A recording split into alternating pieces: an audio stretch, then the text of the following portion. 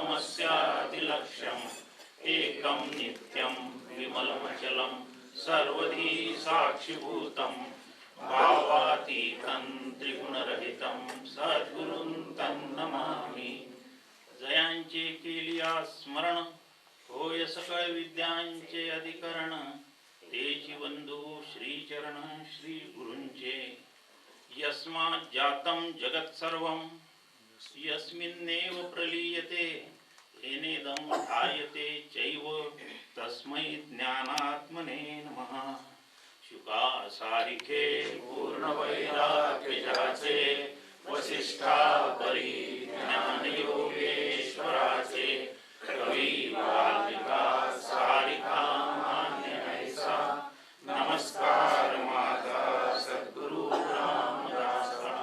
जय जय रघुवीर समर्थ।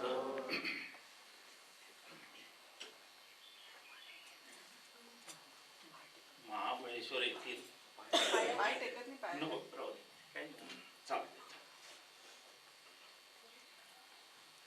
महाबळेश्वर येथील हे अस्थायी गुरुकुल आहे।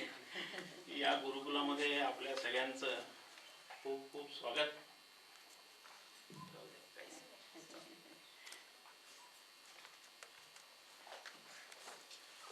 हे अस्थायी गुरुकुल यासाठी म्हटलेलं आहे की गेली जवळजवळ 1988 पासून बघून राहिलो आहे।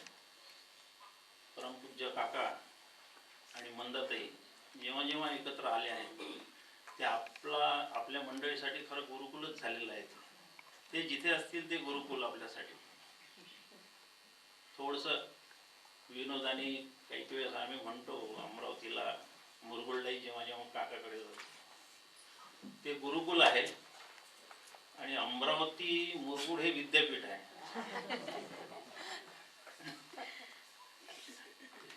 आणि या विद्यापीठाची विशेषता अशी आहे की 2 कुलगुरू आहेत। सर्वसाधारण सगळीकडे एकच असतात, इथे 2 कुलगुरू आहेत। दुसरी विशेषता विद्यापीठ शब्द थोडासा जर त्याची फोड गेली तर त्याचा भलताच अर्थ निघतो। इथे विद्येचं पीठ होते ते विद्यापीठ असा अर्थ केला जातो विनोदाने, बरं का। आमच्या गुरुकुलामध्ये अविद्येचं पीठ करून मिळते आणि म्हणून खरोखर आपण सगळे खूप भाग्यवान आहोत। माहित नाही की कित्येक जन्माचं आपलं पुण्य उदयाला आलं आणि या 2 महापुरुषाच्या आश्रयाला आपण गेलो, ते खरोखरच पुण्य आहे। त्या पुण्याची दुसरी साक्ष अशी आहे की आपण मंडळी इतक्या दूर इथे आलात। खूप तीव्र इच्छा असल्याशिवाय कुठलीही क्रिया घडत नाही, बरं। आपण साधं तहान लागल्याशिवाय पाणी प्यायला जात नाही माठाजवळ, आणि आपण इतक्या दूरून इथे आला, काहीतरी तीव्र इच्छा आपल्या मनात निश्चितच आहे। बिलकुल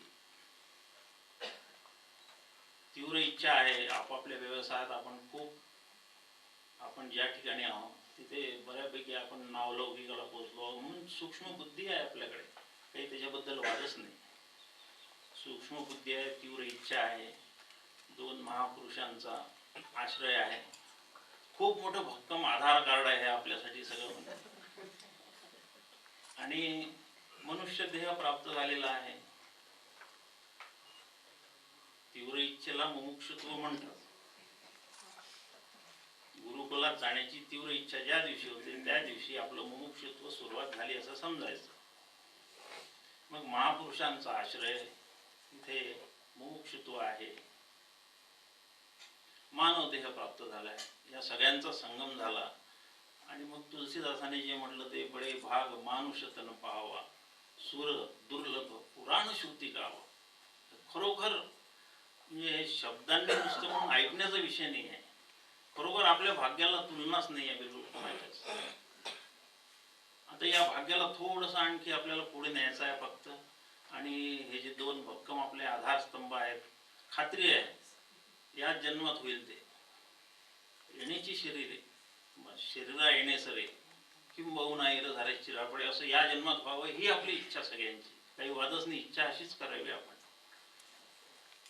पुढे शरीराला येणंच नको। सगळं शिकवणी तीच सुरू आहे अगदी।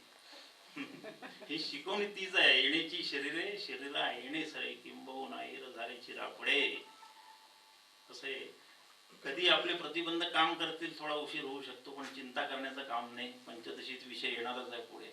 कितीही प्रतिबंध येऊ द्या, एकदा या मार्गावर चालायला आपण सुरुवात केली की शेवटी ते आत्मदेवाच्या मंदिरात आपण निश्चित पोचणार आहोत. याबद्दल ती मात्र शंका नाही. बिलकुल असं मुद्दा एवढाच आपल्याला इथे पाहायचा आहे की ही जी प्राप्त झालेली सूक्ष्म बुद्धी आहे, या सूक्ष्म बुद्धीला थोडीशी आपल्याला शुद्धतेची आपण जोड देऊया. आणि मग ते यमदेवानी जसं नचिकेताला सांगितलं, येश सर्वेषु भूतेषु गूढोत्मा न प्रकाशते दृश्यते त्वग्रया बुद्ध्या सूक्ष्मया सूक्ष्मदर्शिभिः. फार मार्मिक वचन आहे. यमदेवानी नचिकेताला उपदेश जो केलेला आहे तो, ती सूक्ष्म बुद्धी जी प्राप्त झालेली आहे, जी आता आपण बघितली, ती साधी गोष्ट नाही आहे. खूप पुण्याचा उदय होतो त्यावेळेस ह्या अशा इच्छा होतात. किती लोकसंख्या आहे बघा, पुण्याची, बाजूच्या याची. तिथे आपण जमलेलो 40 लोक आहे फक्त. का हे व्हावं? कारण हेच ईश्वराचं नियोजन आहे. हेच ज्यांचे पुण्य उदयाला आली तेच एकत्र येतात बरोबर. खूप ईश्वरी नियोजनाचा भाग आहे. आणि ह्या ईश्वरी नियोजनाच्या मध्ये आपल्याला या दोन महापुरुषाचा आश्रय मिळाला आहे. ते खूप जपावं आपलं भाग्य, आणि त्याचा या जन्मात जेवढा होईल तेवढा फायदा करून घ्यावा. पुढे चलूया आपण. इथे कशासाठी आलो हा प्रश्न जर मी समजा विचारला आपल्याला, आपण मला काय बालिश प्रश्न आहे, कशासाठी आलो म्हणजे इथे पंचदशी शिकायला आलो. पंचदशी कशाला शिकायची, कशाला, काय विचारतो. आता काल परवाही प्रस्तावनेमध्ये झालेलंच आहे. आपल्याला त्या वेदांताचं आकलन करून घ्यायचं आहे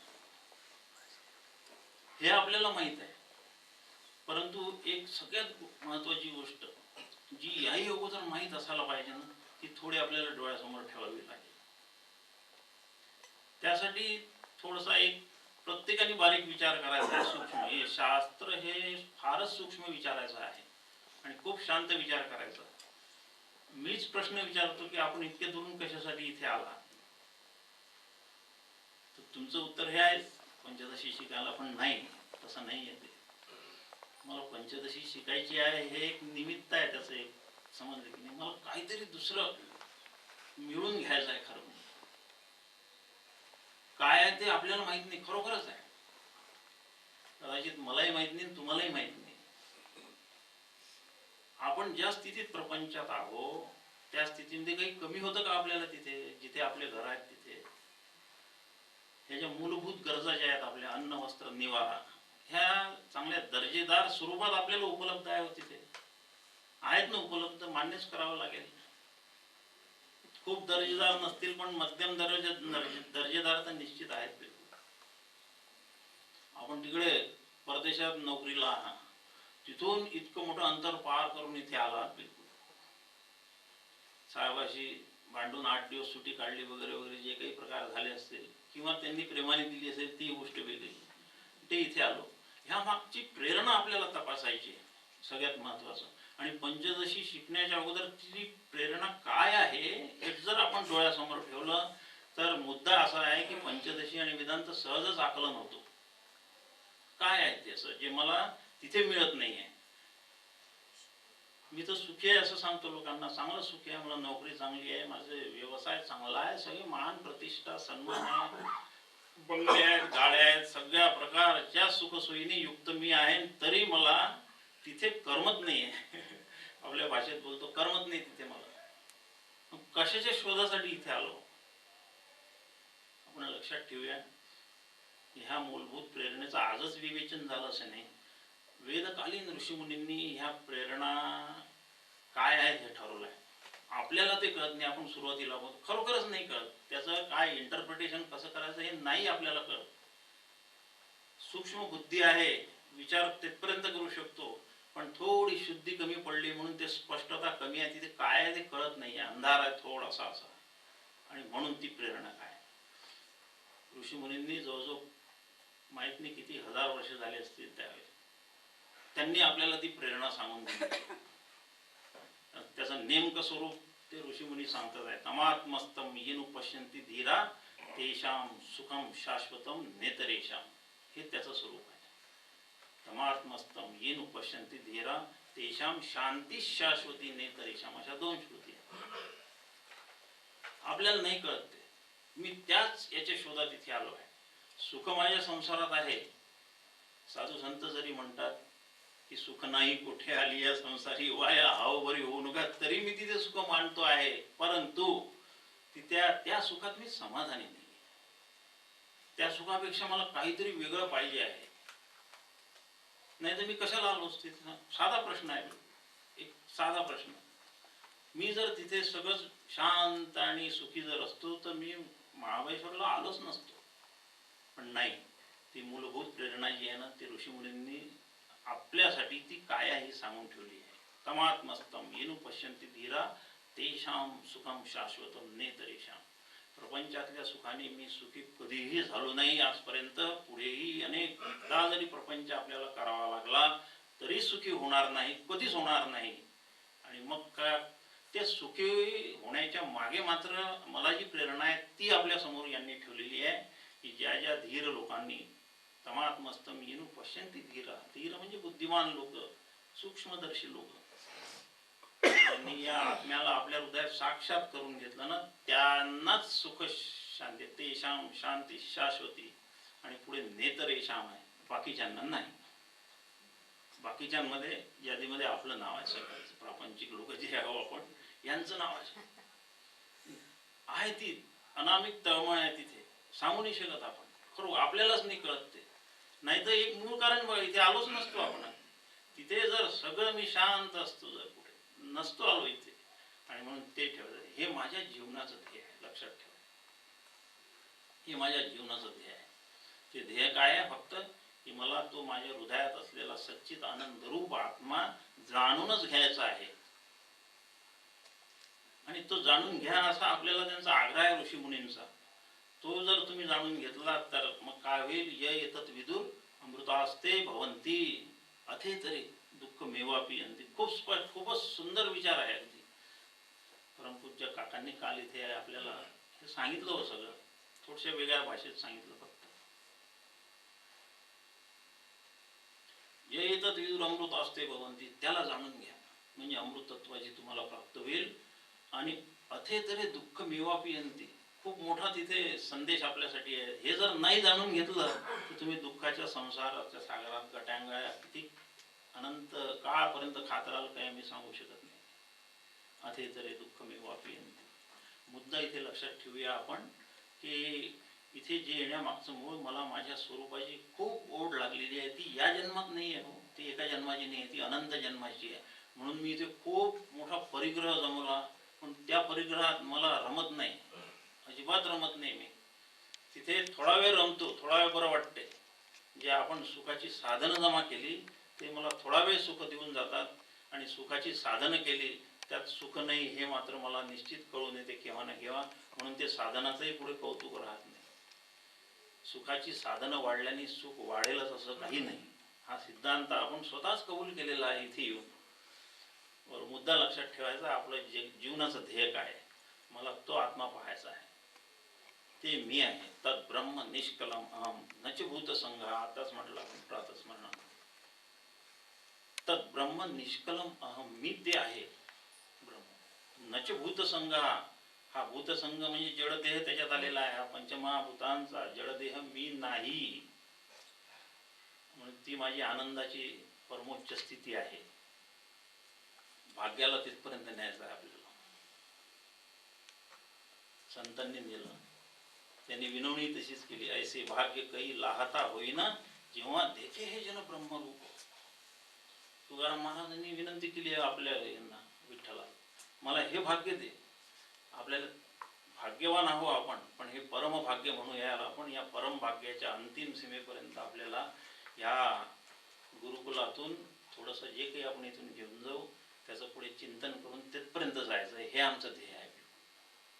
हे मानवी ध्येय एकदा समोर आलं की मग आता पुढे विचार येतो की हे देह प्राप्त, हे ध्येय जे आहे याच्या प्राप्तीसाठी काय करायचं, याच्या प्राप्तीसाठी काय करायचं.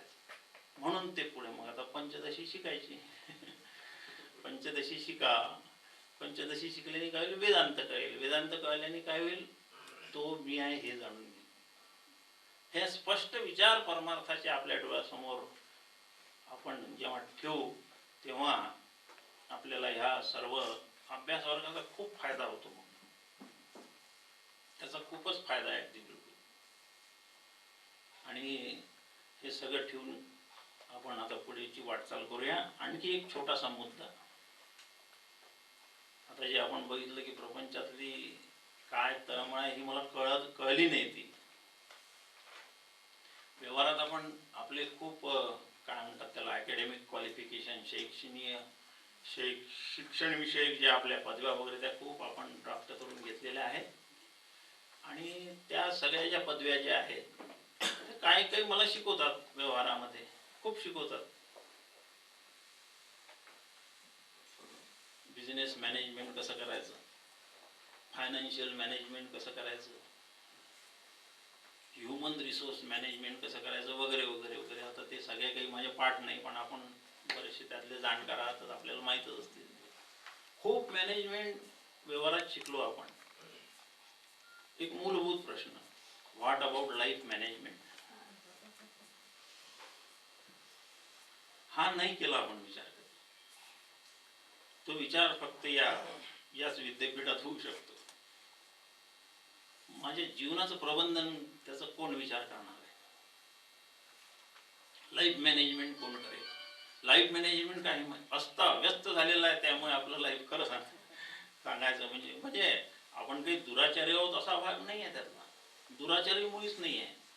परंतु जीवन प्रबंधन न केल्यामुळे हा मानव देह प्राप्त होऊन आणि ही सगळी बाकीची अनुकूलता जी आपण आता बघितली ही सगळी प्राप्त होऊन मी त्याचा फायदा मिळवून नाही घेऊ शकलो. हीच खंत शेवटी माझ्याजवळ राहणार आहे शिल्लक बिलकुल. आणि याच्या सहित जर मी इथून गेलो तर मग पुन्हा केव्हा मिळणार आहे हा देह? अतिशय दुर्लभ असं हे जे संधी जी प्राप्त झालेली आहे. उपनिषदकार म्हणतात की ही जी संधी मानव देहामध्ये प्राप्त झालेली आहे याच्यामध्ये फक्त तेवढंच एक काम करणीय आहे आपल्याला. शास्त्राचा आदेशच आहे तो की त्या आत्म्याला जाणून घ्या. फक्त एवढंच एक काम आहे फक्त करणीय, बाकी काही नाही. हे जर केलं नाही तर महान विनाश आहे. महती विनष्टी, तसं महान विनाश त्यांनी सांगितलेलं आहे. तर पुन्हा केव्हा हा देह मिळेल? काही आपल्याला काही त्याची कर्माचे जे हे आहे ना, भगवान स्वतःच म्हणतात गहना कर्मणोगती. ते स्वतः जिथे हे म्हणतात की याचा ग्राफ ठरवणं फार अवघड आहे. आपण तर कधीच त्या कर्माच्या रोज आपल्याला जे भोग आपण भोगतो त्याचा कधी आपण असा विचार नाही केला सूक्ष्म की मी भोगत असलेले जे कर्म आहेत ते माझं क्रियमाण कर्म आहे की भोग भोगण्यासाठी माझ्या भाग्यात असलेलं जे प्रारब्ध कर्म आहे की कुठलं कर्म आहे. फार अवघड आहे ठरवणं. आणि पुन्हा हे सगळं करून हे जर सगळं समजा मी विचार जरी केला तरी भगवंताच्या म्हणण्यानुसार हे गहन आहे अत्यंत. काय सूक्ष्म व्यवस्था निर्माण करून ठेवली त्यांनी की आपण केलेल्या प्रत्येक कर्माचं तिथे हिशोब आणि त्यानुसार आपल्याला मिळणारे पुढचे जन्म त्याच्याबरोबर ते कर्म एकत्रित येणे आणि त्या देहात आपली रवानगी होणे. कशी यंत्रणा काम. थोडंसं आपण हा विचारही करावा जरूर बिलकुल. ह्या विचाराने आपले क्रियमाण कर्म सुधारतात मुख्य म्हणजे. आणि क्रियमाण एकदा सुधारलं मग काय इकडे डेबिट होणं सुरू आहे, प्रारब्धाचे भोग भोगणं सुरू आहे. भोगात एव क्षय हा ते संपवून टाकायचे, क्रियमाण दुरुस्त करायचं. मग आजपासूनच आपण कल्याणाच्या मार्गाला लागलो की झालं. मग नाही कल्याणकृत कश्चित दुर्गती तात गच्छति. भगवंतांनी सुंदर एक रचना आपल्या समोर ठेवून दिलेली आहे भगवद्गीतेमध्ये. ती जर आपण खरोखर समजून घेतली ना तर जीवनात आनंदाशिवाय काहीच नाही आहे. मग लाईफ मॅनेजमेंट. आणि म्हणून लाईफ मॅनेजमेंटचा सगळा कोर्स फक्त आपले याच्यामध्ये आहे. बाहेरचे याचा अर्थ असा नाही आहे बरं का, कोणी असा विपरीत अर्थ घेऊन की आम्ही बाहेरचं काही करायचंच नाही का. मग अगदी तसं नाही आहे बिलकुल अर्थ. जनक राजाने आत्मसाक्षात्कार झाल्यावर राज्य केलं आहे ना पुराणात उदाहरण. राज्यावर होता तो राजा माणूस. आता राजा म्हटल्यानंतर बघा तुम्ही किती व्यस्तता. संपूर्ण राज्य चालवण्याची पूर्ण व्यवस्था सांभाळण्याची जबाबदारी त्याच्यावर. राज्य केलं आहे त्यांनी. ध्रुवाला आत्मसाक्षात्कार झाल्यानंतर 36,000 वर्ष राज्यावर बसून दिलं त्याला राज्य कर. 36,000 वर्ष पुराणात उल्लेख आहे. जनकाने राज्य केलं. आता ते जर राज्य करू शकतात ते एवढंसं छोटंसं आपली नोकरी सांभाळायचं ना प्रपंच करायचं काही अवघड आहे का? काही अवघड नाही आहे, अजिबात नाही. दोन्ही गोष्टी. एकनाथ महाराजांनी अत्यंत सुंदर गृहस्थाश्रम केला हो. अगदी काय त्यांच्या गृहस्थाश्रमामुळे भाग्याने त्यांच्या घरी चांगली हेही होती, त्यांना आर्थिक सोबतताही होती. मुद्दा इथे लक्षात ठेवायचा की हा जर विचार आपण करत असू की मला माझं हे फायनान्शियल मॅनेजमेंट आणि बिझनेस मॅनेजमेंट करताना अजिबात वेळ नाही आणि मी हे केव्हा करू, इथे सांगितलेलं जे आहे ते तर खूप चांगलं वाटते ऐकायला, पण मी त्याचं प्रॅक्टिकल कसं करू, तर अजिबात ते कठीण नाही. बुलढाण्याचे आमचे एक संत होते, कोण नाही, गुलाब बाबा नाही नाही, नामाचे काय, दत्ता भैया. एक उत्तम उदाहरण. LIC मध्ये डिव्हिजनल मॅनेजरच्या पोस्टवर होते. बघा तुम्ही, फायनान्शियल इन्स्टिट्यूशन LIC आणि बँका याच्यामध्ये डिव्हिजनल मॅनेजर म्हणजे हे जवळपास स्केल 4 बरं का, क्लास 4 नाही, स्केल 4. गडबड होण्याची शक्यता आहे. 4 क्लास 4 शासकीय विभागामध्ये एकदम शेवटच्या दर्जात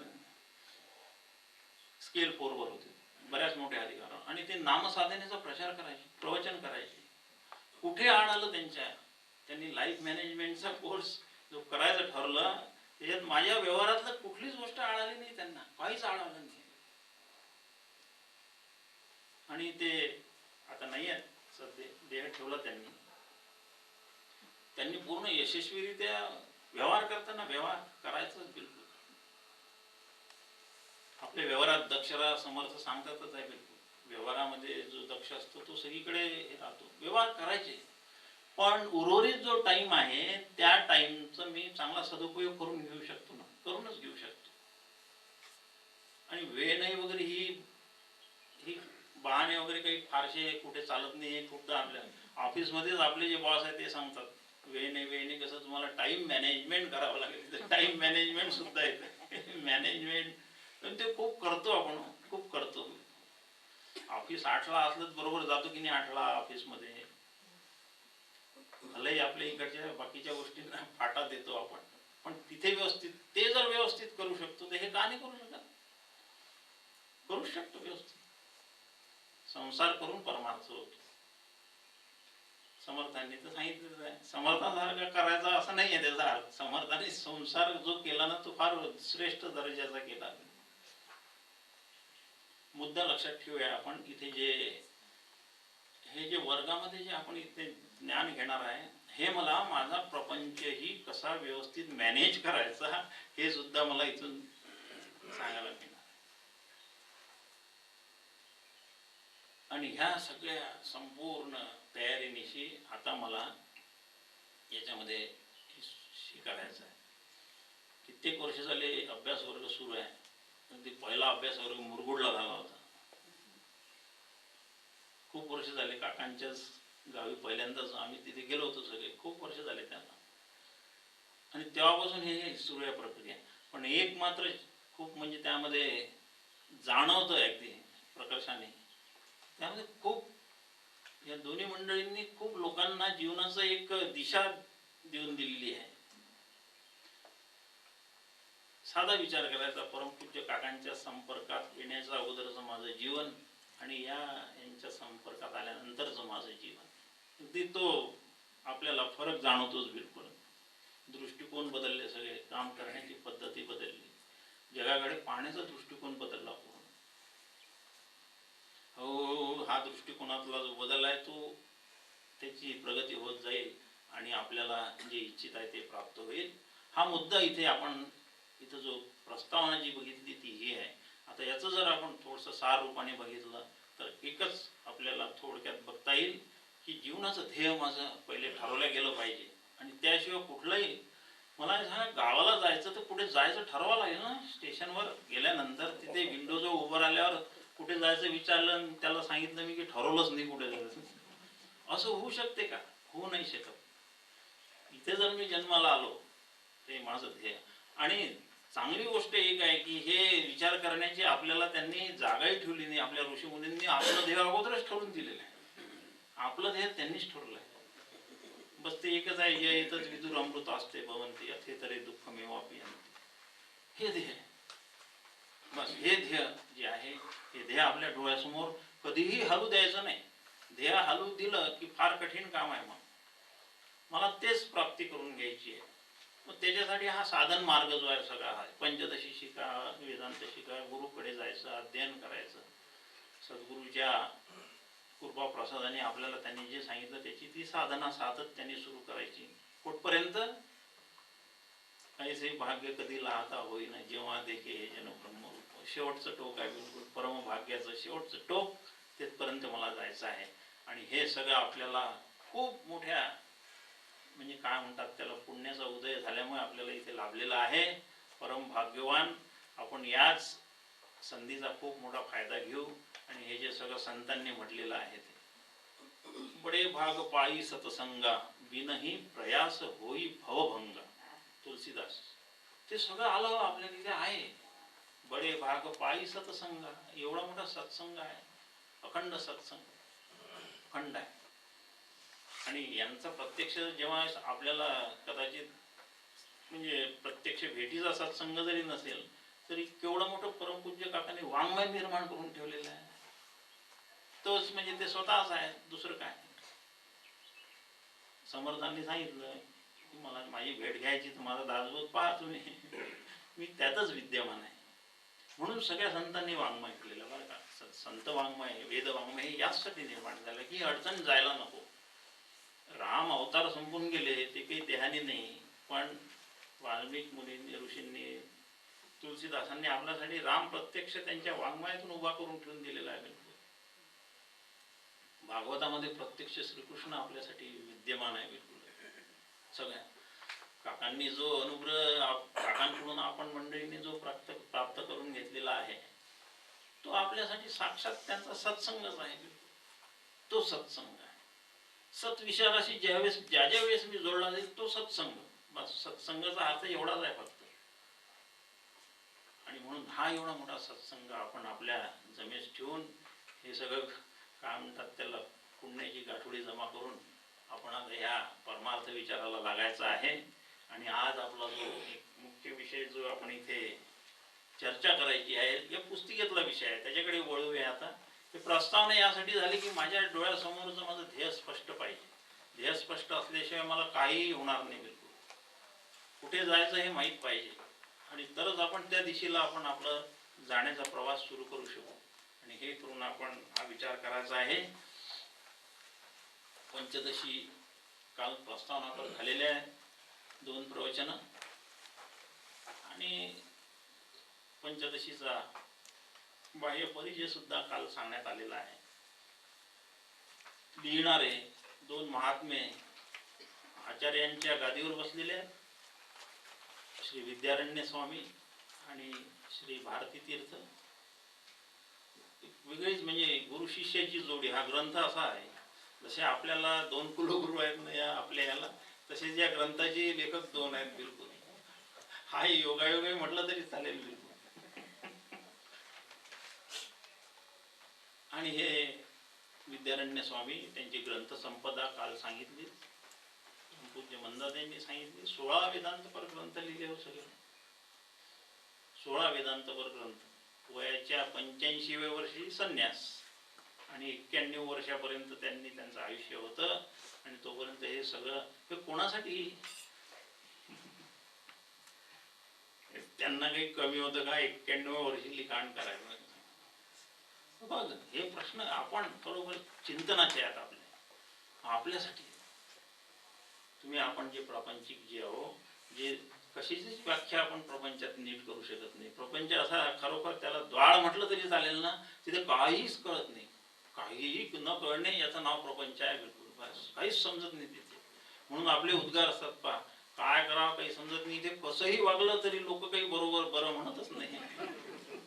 कसंही वागलं बघा, तुम्हाला कोणी सांगू, कोणीतरी वाईट म्हणणारा येतोच, कोणी तुम्ही असं करायला नको होतं असा सल्ला देणारा येतोच आपल्याला, तुम्ही असे कसे वागले. दुसरा म्हणतो नाही हो तुम्ही बरोबर वागले. मग शेवटी प्रश्न असा येतो की इथे खरं काय आणि खोटं काय. इथे खरं काहीच नाही, खरं काही नाही इथे.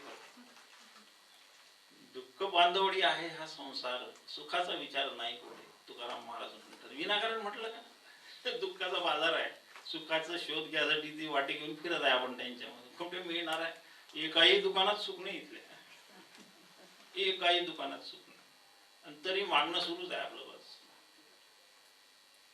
हतोत्साह होतो आपला, उत्साह हे होऊन जातो, आणि म्हणून आपण इकडे धाव घेतो. बरं, हे प्रेरणा लक्षात घ्यायची. मूळ प्रेरणा आपण जी बघितली त्याचं कारण हे आहे, तिथे काय मिळत नाही, तिथे ते काय समजतही नाही आपल्याला, काही मिळत नाही. पण मला जे पाहिजे ते कुठेतरी मिळेल या आशेने आपण सैरावैरा धावतो. आता हे दोन आधार मिळाले म्हणून आपल्याला खूप एक दिशा प्राप्त झालेली आहे. हा मुद्दा आपण इथे लक्षात ठेवायचा आहे.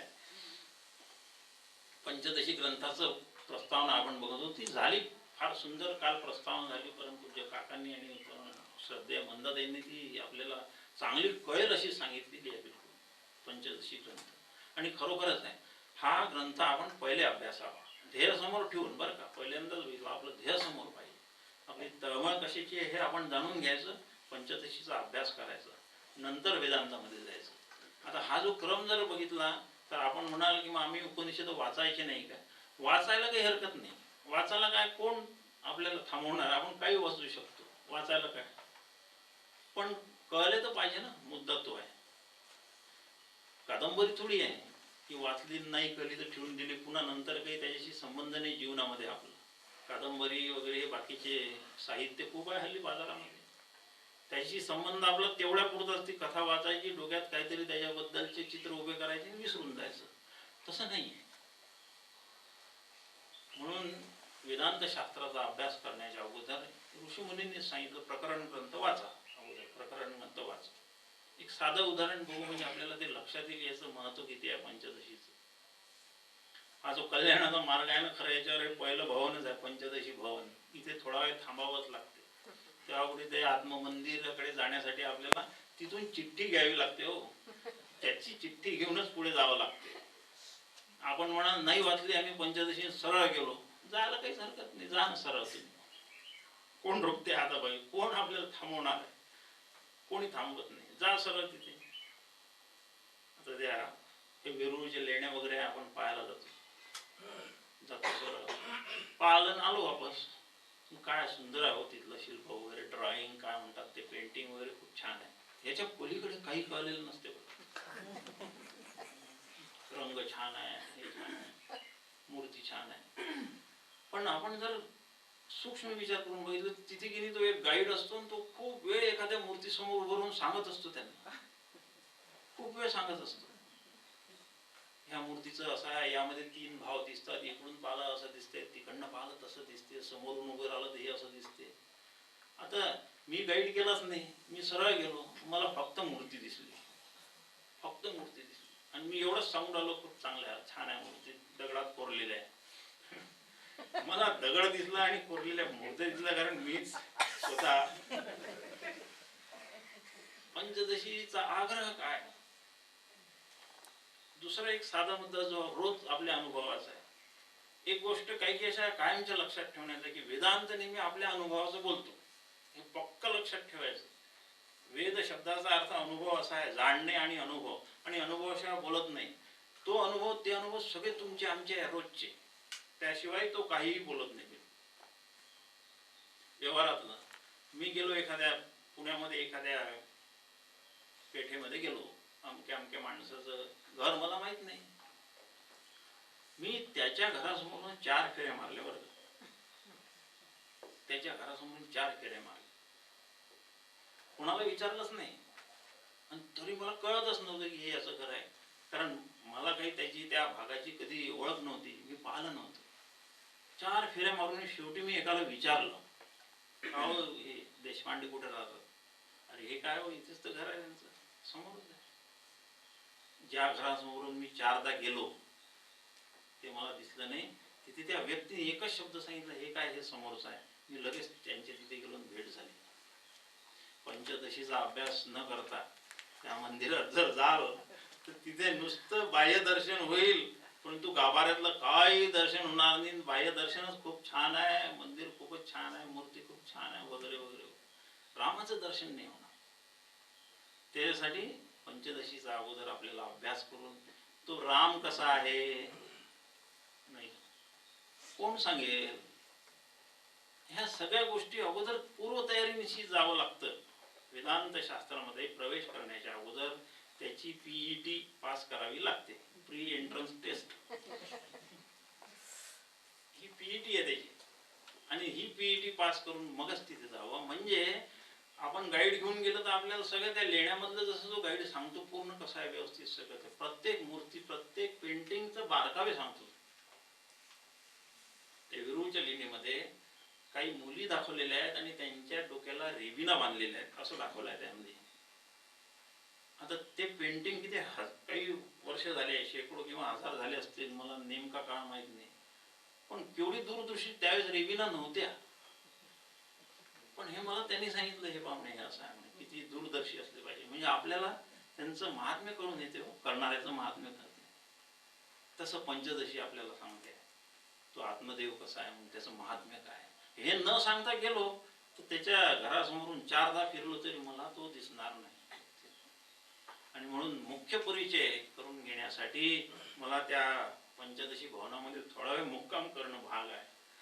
आपण म्हणाल फक्त एकच भवन आहे का, नाही आहे भवन. काल नावं सांगितले, विचारसागर भवन आहे तिथे, विवेक चुडामणी भवन आहे, आणि ते खूप आत्मबोध तत्वबोध खूप आहे. जिथे आपली तब्येत आपल्याला मानवेल तिथे थांबायचं, थोडा वेळ त्याचा अभ्यास करायचा आणि मग पुढची वाटचाल करायची. गेल्याबरोबर आपल्याला कळायला लागतं. कळायला लागणे जीवनात त्याच्यासारखा दुसरा आनंद नाही. कळण्यात आनंद आहे जीवनामध्ये, फक्त बाकी काहीच नाही. कळून घेणे. मला काही कळलं तरच आनंद होतो ना. गणित सोडवायला बसा, खूप वेळ गणिताचं उत्तर येत नाही, आणि आल्याबरोबर तो ओरडतो, सापडलं मला उत्तर. ही अभिव्यक्ती आनंदाची आहे, कळण्याच्या आनंदाची. गणित तर खूप वेळ सोडवत होता, आनंद झालाच नाही, पण गणिताचं उत्तर कळलं बरोबर, आनंद झाला. असा आपण व्यवहारात खूप काही काही कळून घेतो, आणि जे आनंद होतात ना ते विरून जाणारे असतात, ते कळत नाही आपल्याला. म्हणूनच आपण तिथे सुखी होत नाही. हे कळल्यानंतर मात्र हा आनंद कधी न विरणारा आनंद आहे. आणि म्हणून पंचदशीचा अभ्यास करून आपण पुढच्या वेदांताच्या गाभाऱ्यामध्ये प्रवेश करूया, म्हणजे आपल्याला ते सुखकारक होईल. तपशिलात जाऊ द्या, बाकीचे सगळे प्रवचनामध्ये येणारच आहे पुढच्या. आज आपल्याला मुख्य जो विषय आपल्याला आज बघायचा, या पुस्तिकेतला विषय आहे तो ब्रह्मवस्तूचं अप्रमेयत्व. हा एक विषय त्यामध्ये आलेला आहे. पाठ क्रमांक किती आहे, हा तू बघून घ्या तुम्ही, त्याच्याबद्दल आपण थोडा वेळ विचार करूया. इथे त्यामध्ये अगोदर प्रस्तावना, पंचदशीचा बाह्य परिचय वगैरे वगैरे दिलेलं आहे सर्व, ते हितगुज वगैरे, आणि ब्रह्मवस्तूचं अप्रमेयत्व. ब्रह्मवस्तूचं अप्रमेयत्व हा जुनाच वेदांताचा विषय आहे. खरं म्हणजे त्यांनी स्वतःहून ते अप्रमेयत्वाबद्दल सांगितलेलं आहे. शब्द तसा साधा आहे, ब्रह्माचे अप्रमेयत्व. मेय म्हणजे मोजणे, शब्द जो आहे अप्रमेय पाहू आपण, मोजणे. मेय शब्दाचा अर्थ मोजणे असा आहे. प्रमेय चांगल्या रीतीने मोजणे, अगदी व्यवस्थित. अप्रमेयत्व चांगल्या रीतीने जे अजिबातच मोजता येत नाही, असा त्याचा अर्थ झाला. ब्रह्मवस्तूचं अप्रमेयत्व, कुठल्याही सामग्रीने ब्रह्मवस्तू चांगल्या रीतीने अजिबात मोजता येत नाही, असा टायटलचा अर्थ आपल्याला इथे स्पष्ट झालेला आहे. आणि हे आपल्याला शिकायचं आहे.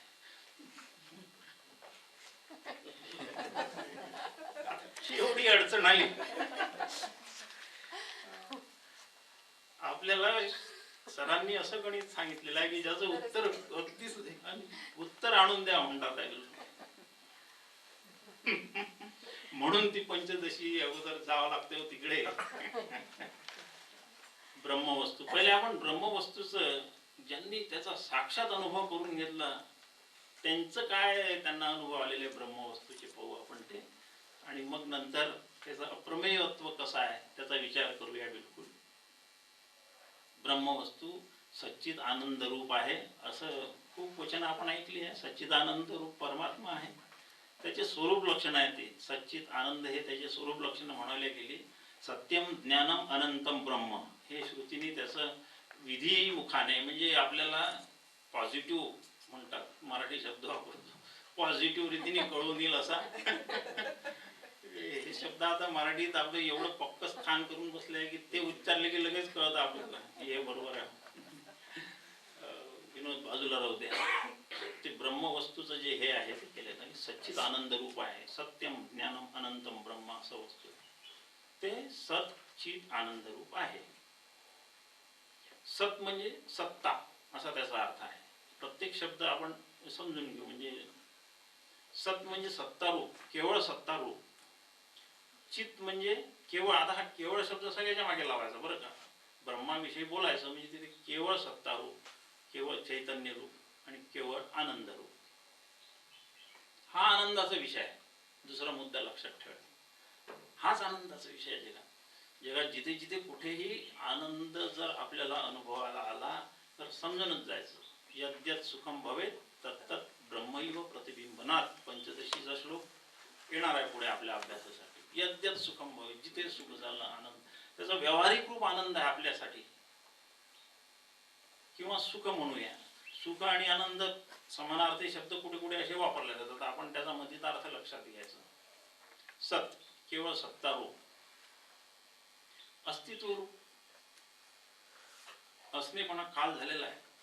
काल श्रद्धे मंदतेंनी तो विषय थोडा आणला, परंतु त्याला एक्सटेंड करू आपण आता थोडंसं आणखी, कारण प्रतिपाद्य विषय त्यांचा वेगळा होता म्हणून तो स्पर्श नाही झाला पूर्ण तिथे.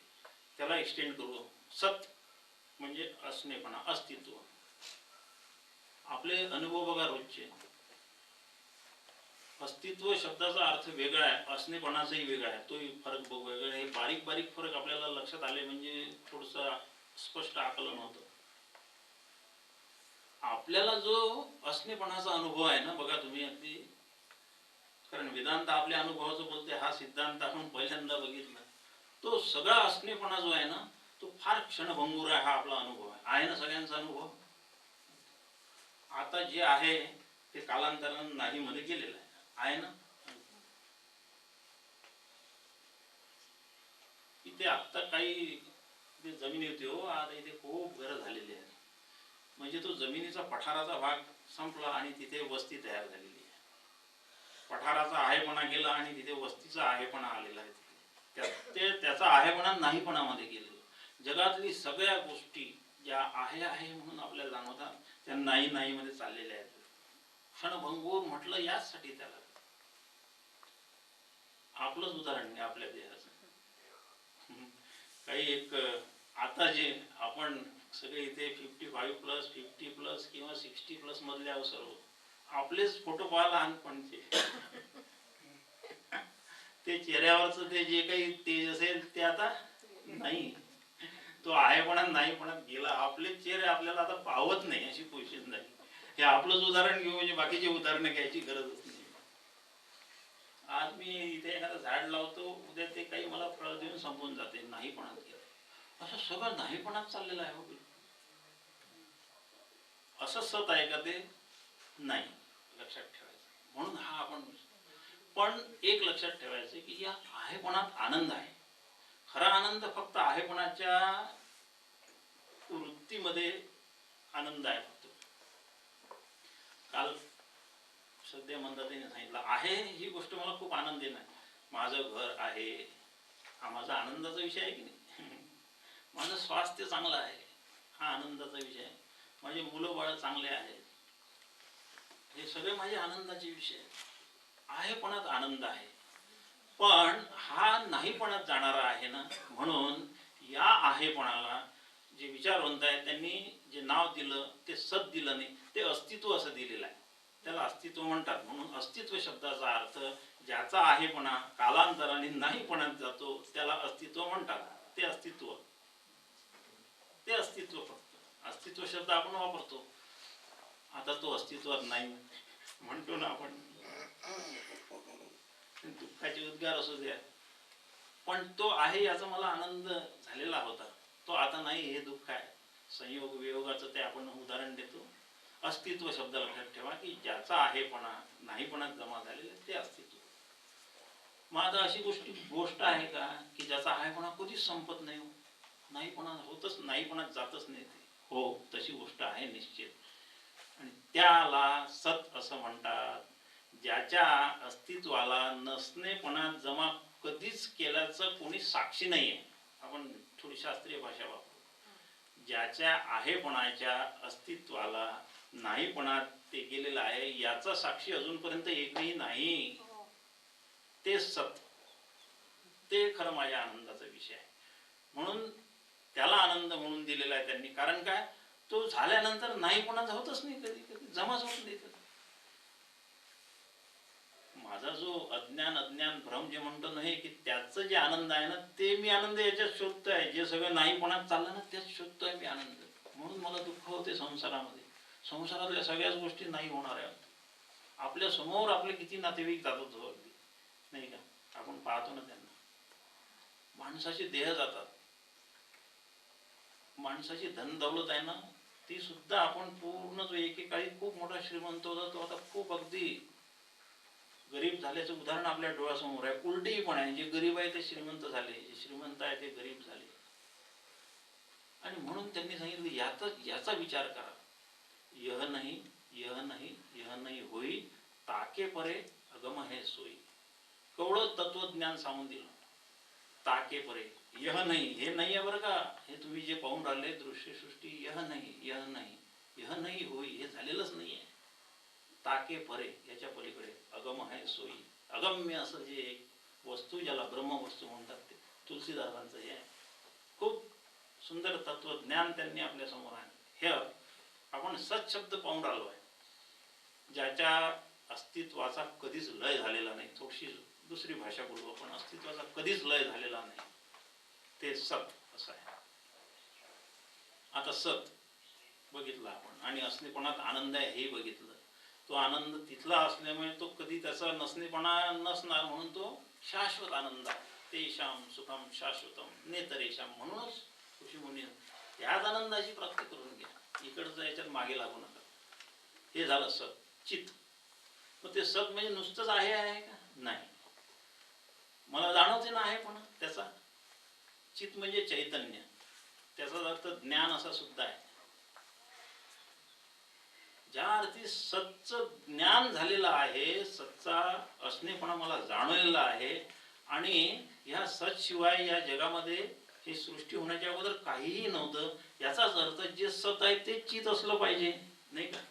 जे सत आहे तेच चित असलं पाहिजे. बारीक मुद्दा लक्षात ठेवायचा. यत्र नान्यत पश्यते नान्य शृणोति नान्यत विजानाति स भूमा यो वै भूमा तत् सुखम नाल्पे सुखम अस्ति. हे पूर्ण हे सांगते. तो एकटाच होता, काही त्याच्याशिवाय दुसरंच नव्हतं, तो सत होता. मग तो एकटाच होता आणि त्याला एकटेपणा जर स्वतःचा जाणवत असेल तर ते जे सत आहे तेच चित असलं पाहिजे, नाही का? चित दुसरीकडनं कुठं येईल, म्हणून जे सत आहे तेच चित आहे. आणि आनंद झालाय तिथे. तो आनंद कोणी जाणवून दिला, त्याचं प्रकाशन कोणी केलेलं आहे? मग जे सच्चित आहे ते स्वयंप्रकाश असलं पाहिजे की ज्यांनी मला आनंदाची जाणीव करून दिली.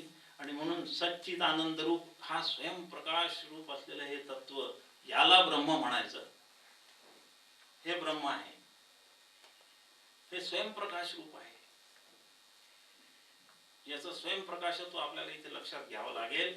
जे सत आहे तेच चित आहे, जे सच्चित आहे तेच आनंद आहे. हे तिन्ही भिन्न नाहीत.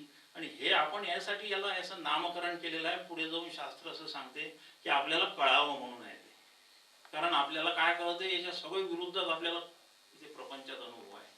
या मायेच्या प्रांतामध्ये मायेचे गुणधर्म आपण परमपूज्य काकाच्या श्रीमुखातनं खूपदा ऐकलेल्या, असत जड आणि दुःख रूप. याच्या पलीकडे तिला देण्यासारखं तिच्याजवळ काही नाही बरं का. आणि आपण तिला आनंद मागून राहिलाय. ती स्वतः असत जड दुःख रूप, तिच्या दुकानात ह्या 3 वस्तूशिवाय एकही वस्तू मिळत नाही. आणि ह्या प्रपंचात तिचं साम्राज्य आहे हे सगळं माहीत असल्यामुळे आणि आपण तिथे सुख मागून राहिलो, हे अज्ञान आहे आपलं. याला अज्ञान म्हणायचं, बाकी काय.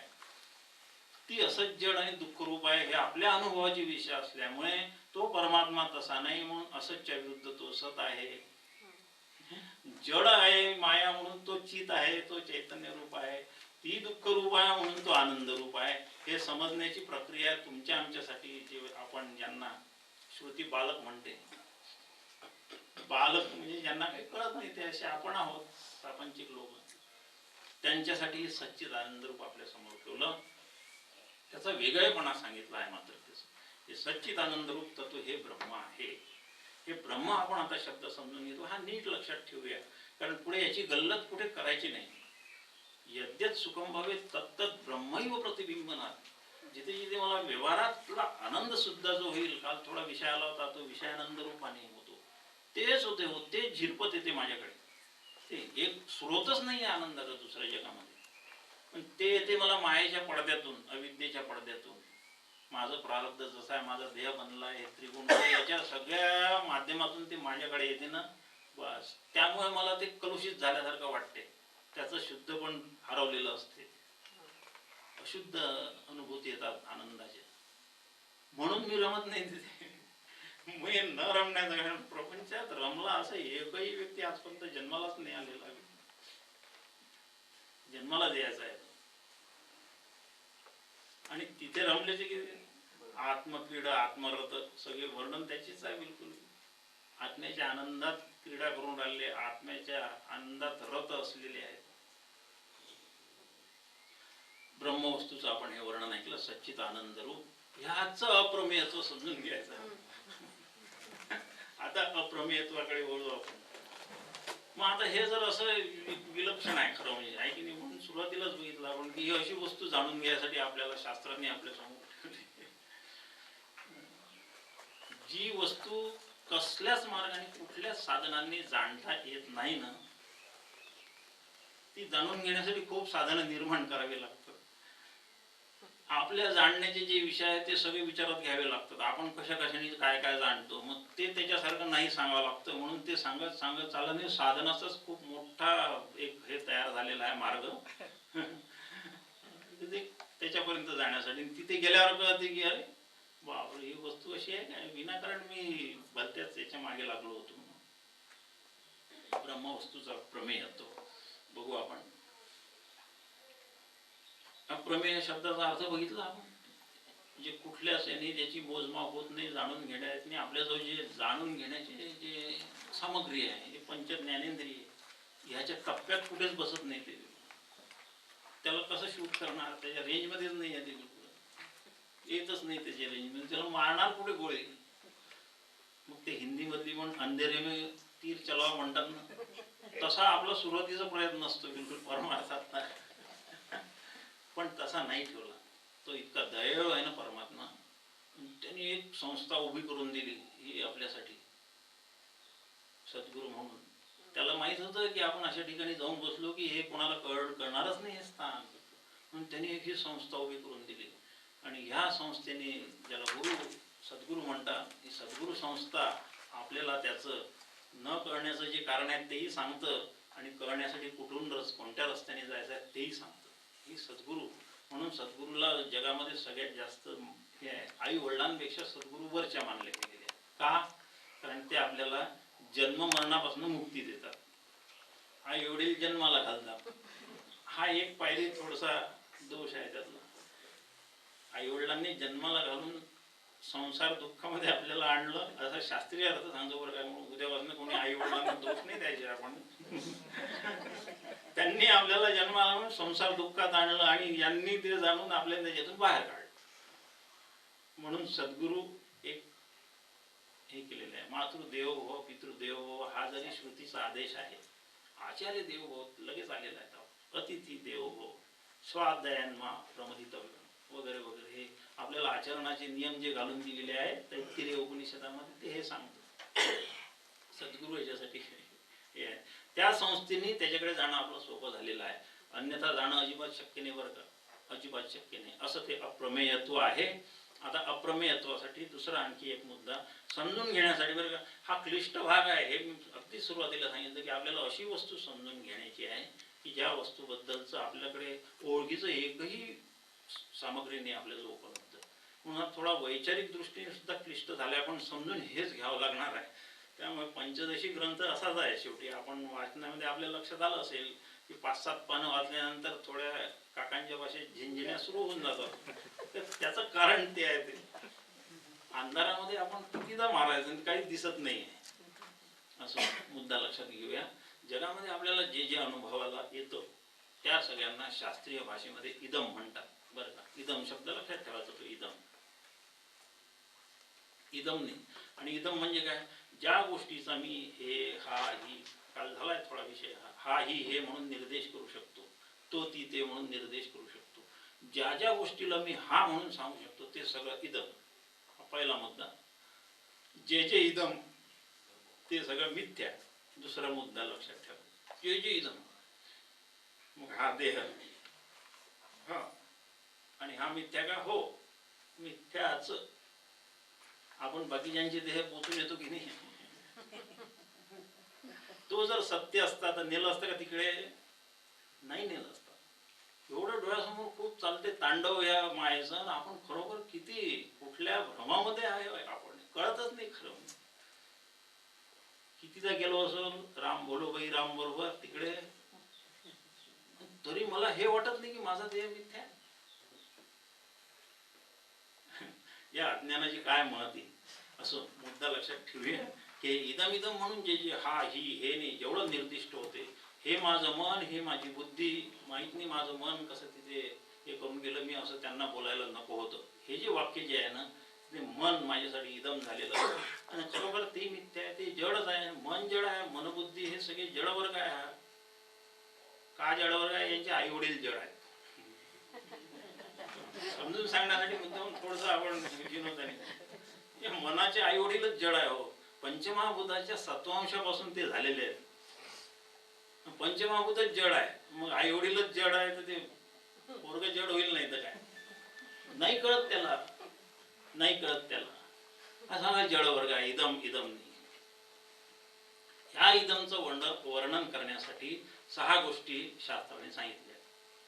ह्या इदमला 6 गोष्टी लागू पडत असतात. एक आहे नाम, दुसरा आहे रूप, तिसरा आहे जाती, क्रिया, गुण आणि संबंध. 6 गोष्टी आहेत. या 6 गोष्टींनीच फक्त याचं वर्णन होऊ शकते. नाम, रूप, जाती, क्रिया, गुण आणि संबंध. ब्रह्माचं अप्रमेयत्व बघून राहिलाय बरं का आपण. हा मुद्दा समोर लक्षात ठेवूया नेहमी. जाती, गुण, क्रिया, संबंध, नाम आणि रूप. तेव्हा पहिले 2 जे आहेत ना, ते शास्त्राने बंधनाचे विषय सांगितले, नाम आणि रूप. आपण हे नामरूपाच्या बंधनात पडलोय, पण आपण सर्व नामरूपाच्याच बंधनात आहोत. फक्त नामरूपाच्या बंधनात आहोत बस. म्हणून आपली मुक्ती नामरूपाने आहे, नामाने आहे. महत्वाचा मुद्दा लक्षात, आयुष्यात लक्षात ठेवायचं. ज्याचं बंधन तेच आपल्याला सोडत आहे. लोहा लोहे को काटता आहे. नामरूपाच्या बंधनात पडलेला जीव नामरूपानेच, फक्त ते नाम दिव्य आहे.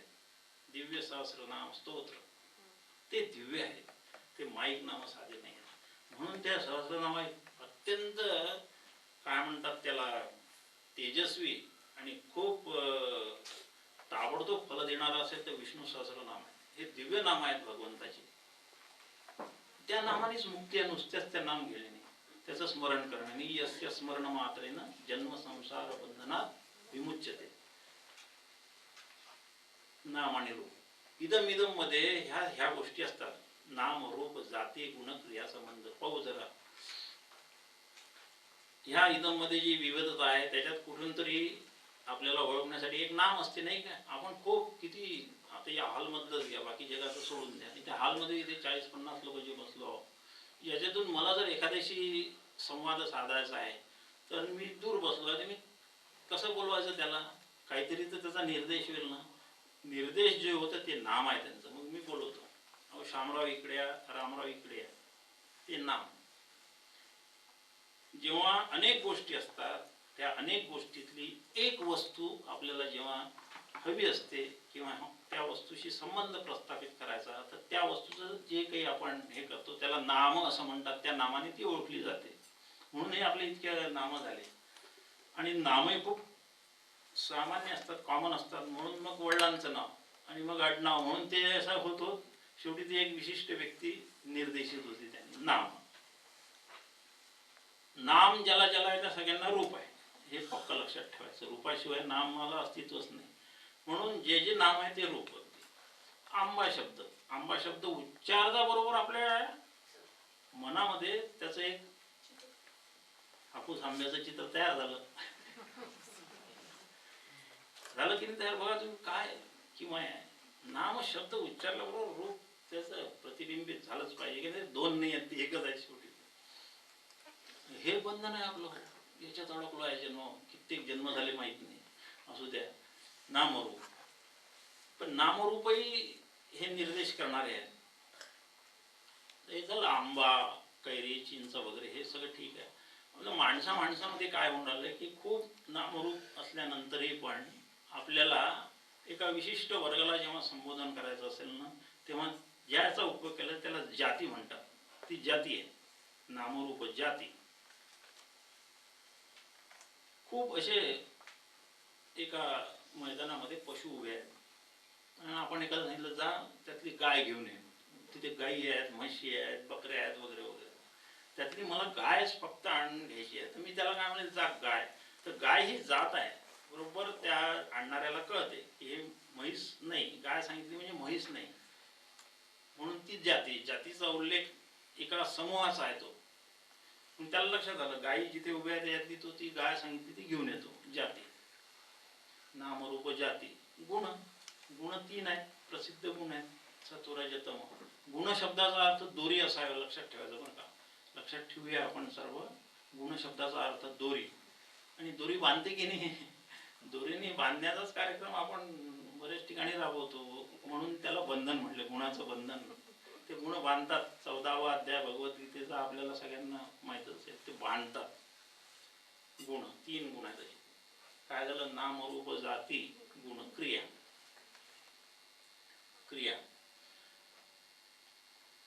माझ्यामध्ये काहीतरी अपूर्णता आहे आणि मला ती पूर्ण करून घेण्यासाठी जी काही माझी धडपड चालते की नाही, त्याला क्रिया असं म्हणतात. अपूर्णता पूर्ण करण्यासाठी जे करावं लागतं त्याला क्रिया, ही त्याची शास्त्रशुद्ध व्याख्या आहे. आणि या क्रियेचे 4 फल आहेत: उत्पाद्य, संस्कार्य, विकार्य आणि आप्य. 4 हे फल आहे. हे यांना क्रियाशेष म्हणतात. कुठलीही क्रिया केली तर या 4 मधलं काहीतरी आपल्याला तिथे बाकी राहिलेलं दिसतं. क्रियाशेष: उत्पाद्य, विकार्य, संस्कार्य, आप्य. उत्पाद्य, काहीतरी क्रिया करून मी काहीतरी निर्माण. कुंभार मातीतनं घट निर्माण करतो, नाही का? ती घट निर्मितीची क्रिया झाली, त्याचं त्याने घट निर्माण केला. उत्पाद्य. संस्कार्य, घरचं उदाहरण घेऊ, किचन मधलं. ते उदाहरण खूप आपले नित्य परिचय आहेत. बाजारातून तांदूळ आणल्यावर शिजायला टाकत नाही आपण, नाही टाकत की नाही? कधी कधी घाई असली तर टाकत असतो तो भाग वेगळा, परंतु असं टाकत नाही. आपण काय करतो, त्याला धुतो. चांगले धुवून 2-3 पाण्याने धुवून. म्हणजे काय, त्याला कुठल्याही गोष्टीवर काही एखादी प्रक्रिया घडवून याला संस्कार करणे म्हणतात. शुद्ध करणे. संस्कार्य, तांदूळ धुणे, डाळ धुणे, हे सगळं धुणं झाल्यानंतर एक महत्वाचा कार्यक्रम लक्षात ठेवायचे, अंतःकरणाला धुवावं लागतं बरं का. त्याचं सावण नाम आहे विष्णू सहस्रनाम, त्यांनी ते स्वच्छ होतं. धुणे. संस्कारी. विकार होतात. मातीचा घट तयार झाला, माती मूळ याच्यामध्ये वेगळी होती, त्याचा घट झाला, सोन्याचा अलंकार झाला. विकार्य. आप्य. आम्ही 8 दिवसापूर्वी अमरावतीला होतो, आता इथे आलो. कुठून तरी आपण एक जाण्याची क्रिया केली, मला काहीतरी प्राप्त झालं. आपण नाही म्हणत का कुठे चालले? मुंबईला. आले मुंबई. मुंबई कुठली येणार, ती जिथल्या तिथेच असते. म्हणून आली. मला ते प्राप्त झाल्याचा आनंद होते. आप्य म्हणजे मला प्राप्त होणे. एखादी एखादी गोष्ट काही क्रिया करून प्राप्त केली त्याला अप्यय म्हणतात. एका गावून दुसऱ्या गावात जाण्याचं. हे सहा यासाठी आपण व्याख्या बघितला की ब्रह्मवस्तूमध्ये या सहाचा अजिबात संबंध नाही. म्हणून एवढं आपण तेव्हापासून सगळ्या याचा आपण बघितलं. सहा वस्तूचा ते मात्र संबंध नाही. इकडे सगळे नाव आहेत तर ते ब्रह्म अनाम आहे. इकडे रूप आहेत तर ते अरूप आहे. इकडे जाती आहेत ते अजाती आहे. इकडे गुण आहे तर तो निर्गुण होऊन बसला तिकडे. इकडे क्रिया आहे तर तो निष्क्रिय आहे तिकडे. आणखी काय आलं शेवटचं? संबंध. असंगच आहे काय? हा संबंध आपला बघी आपण मला वाटतं शब्द बघायचाच आहे. दोन विजातीय पदार्थ एकमेकाजवळ आले म्हणजे त्यांचा एकमेकाशी संबंध जो येतो, एकमेकाशी जी त्यांची क्रिया करते त्याला संबंध म्हणतात. आपल्या मुलाचं लग्न ठरलं, आपण काय म्हणतो? आमचा संबंध हे झाला म्हणून, नाही का? एक कुटुंब दुसऱ्या कुटुंबाच्या संपर्कात आलं, त्या दोघांमध्ये जी हे घडते त्याला संबंध असं म्हणतात. एक दुसऱ्याच्या संबंधात आलं, तो एकटाच आहे. कसे संबंध करायसाठी त्याचं काहीच नाही. आता आपण बघितलं, यत्र नान्यत पश्यती नान्य शृणोती नान्यत विजान. जाणण्याचंही काही नाही, ऐकण्याचं नाही, पाहण्याचं नाही, काही नाही. स्वभूमा तो एवढा आहे. भूमा म्हणजे खूप व्यापक बरं का. तो एवढा तो एकटा आहे फक्त, बस. कोणाशी संबंध प्रस्थापित करेल म्हणून त्याला असंगो ही अयम पुरुषा म्हणून दिलेला असा असंगत्व आहे. जाती, गुण, क्रिया, संबंध, नाम आणि रूप असे काही त्याचा संबंध नाही. हे सगळे जे आपण सांगतो याला आधार श्रुती आहे सगळं. त्या श्रीकृष्णाचा जन्म झाल्याबरोबर त्यांचे कुलगुरू गर्ग महामुनी त्यांच्याकडे गेले. ते याचं नाव काय ठेवायचं म्हणून. श्रीकृष्णाचं नाव काय ठेवायचं? आणि ते पाहिलं त्यांनी श्रीकृष्णाला, जवळपास समाधी लागल्यासारखी स्थिती होऊन गेली त्यांची. मी काही सांगू शकत नाही. याचं एक नाव असेल तर सांगतो, हा खूपच नटखट आहे, याचं काय नाव मला सुचत नाही. कृष्णस्तु भगवान स्वयं हे शेवटी त्यांनी वाक्य म्हटलं. आपण ती कथा पाहून आता आपला विषय नाही येतो.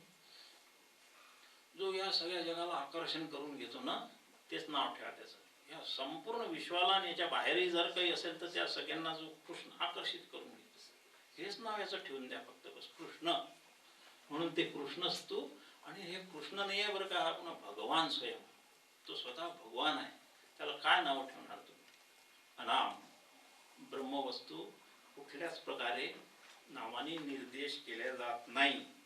आणि त्या ब्रह्मवस्तूचं नाव एकही नाही याच्यासाठी श्रुती आहे. न चक्षुषा गृह्यते नापि वाचा. श्रुती सांगते, मुंडकोपनिषद सांगते, न चक्षुषा गृह्यते नापि वाचा. तो चक्षुचा विषय होत नाही, ग्रहण करत नाही. न अपि वाचा, वाणी सुद्धा त्याच्यापर्यंत. म्हणजे त्याला नाम आणि रूप दोन्ही नाही असं त्याच्यामध्ये. सर्व वाणीचा विषय म्हणजे नाम उच्चारण्याचा, त्याचं नावही उच्चारलं जात नाही. तो रूपाचा सुद्धा विषय नाही. जाती विविधतेमध्ये असतात. तो एकमेव द्वितीय आहे. कुठे जाती आल्या त्याचा? तो एकटाच आहे. म्हणून श्रुतीने सांगितलं आहे की त्याला जातीच नाही आहे बिलकुल. एकमेव द्वितीय असल्यामुळे क्रिया नाही आहे त्याच्याकडे. तो क्रिया होत त्याच्याजवळ कर्म सुद्धा जातच नाही. उलट काय होते? सर्वम कर्माखिलम पार्थ ज्ञाने परिसमाप्यते. सगळे कर्मच माझ्यात समाप्त होऊन जातात. मग कुठे? आत्मवस्तूमध्ये क्रिया, कर्म आणि फल ही जी एक भ्रम निर्माण करण्याची त्रिपुटी ती अजिबात नाही. असंच त्याचा शास्त्रीय अर्थ आहे. ती क्रिया नाही. क्रिया करण्यासाठी कमीत कमी दोन वस्तू लागतील ना, नाही का? काहीतरी क्रिया करायची तर दोन वस्तू लागतील. त्या दोन वस्तू नाहीच आहे त्याच्यात. तो एकटा आहे. तिथे क्रिया नाही. निष्कलम निष्क्रिय शांतम निरवध्यम निरंजनम श्रुती सांगते आहे बिलकुल. त्याला क्रिया नाही आहे त्याची. संबंध पुन्हा असंगो ही अयम पुरुष, त्याच्याशी संबंध प्रस्थापित करता येत नाही कुठल्याच रीतीने. आणि अशी ही ब्रह्मवस्तू आहे. जे गोष्टी इदमनी आपण बघितलं याचा निर्देश करू शकतो ते सगळं जे मिथ्या आहे, त्या मिथ्या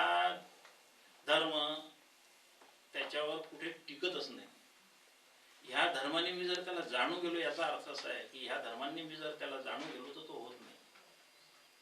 आणि खूप ठिकाणी आपल्याला श्रुतीमध्ये हे दिसते, त्याचं जेव्हा वर्णन करण्याची वेळ येते ना, बिलकुल ते वर्णनच असं होऊन जाते.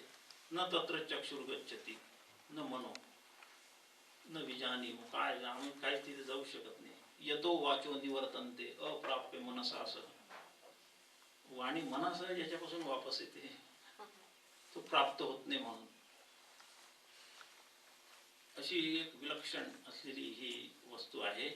यामध्ये आपल्याला 8:15ला संपायचं ना, 8:30.